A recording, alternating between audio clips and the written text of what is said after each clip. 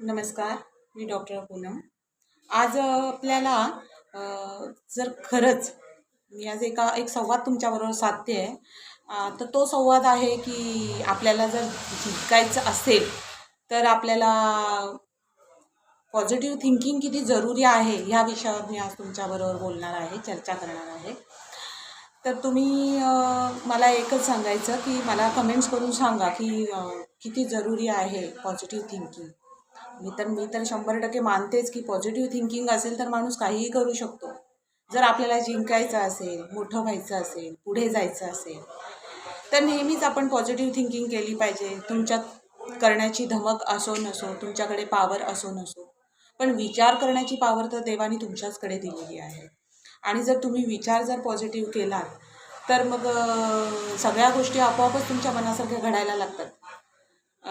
बऱ्याचशा वेळेला असं होतं की लोकांजवळ सगळं असतं, पण त्या सतत निगेटिव्ह विचार करण्याची त्यांच्यामध्ये सवय असते.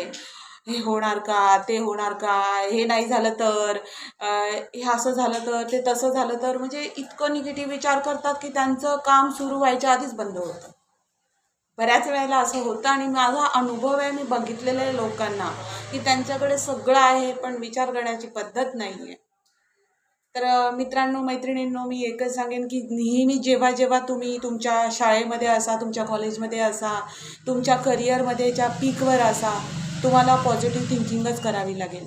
मी मानते की प्रत्येक गोष्ट माणसामध्ये परिपूर्णता असते असं नाही.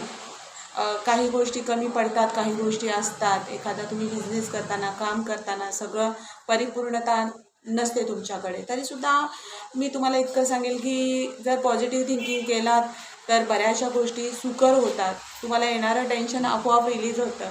बऱ्याच वेळेला असं होतं की एखाद्या कामाचा प्रेशर असतो, काम होईल की नाही माणूस टेन्शनमध्ये असतो. पण त्याच्या एका पॉझिटिव्ह थिंकमुळे की नाही, ठीक आहे, सगळं चांगलं होणार, सगळं व्यवस्थित होणार, ऑल इज वेल, तर आपोआपच माणसाचं टेन्शन रिलीज व्हायला लागतं. आणि जर टेन्शन रिलीज झालं, माणूस एकदम काम आणि शांत परिस्थितीत असेल तर त्याला मार्ग पण सुंदर सुचायला लागतात. म्हणून मी त्याच्यावर पॉझिटिव्ह थिंकिंगसाठी तुम्हाला मी काही अशा गोष्टी सांगते. काय करायचं, सतत ना पॉझिटिव्ह विचारात राहायचं आणि पॉझिटिव्ह वातावरणात राहायचं आणि पॉझिटिव्ह लोकांच्यात राहायचं. पॉझिटिव्ह लोकांच्यात म्हणजे काय, की जे नेहमी चांगलं आणि पॉझिटिव्ह विचारच बोलतात, विचारच मांडतात अशी लोक. समाजामध्ये 2 पद्धतीची माणसं असतात. एक तर सतत पॉझिटिव्ह विचार करणारे आणि एक तर सतत निगेटिव्ह बोलणारे.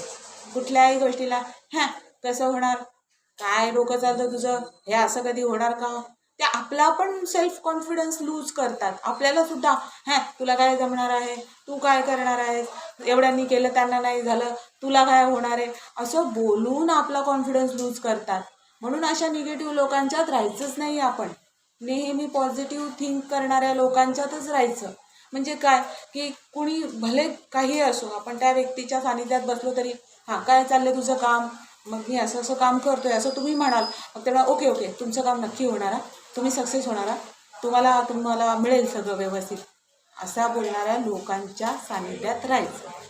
पॉझिटिव्ह थिंकिंग आपोआपच बिल्डअप व्हायला लागतं. ओके, धन्यवाद.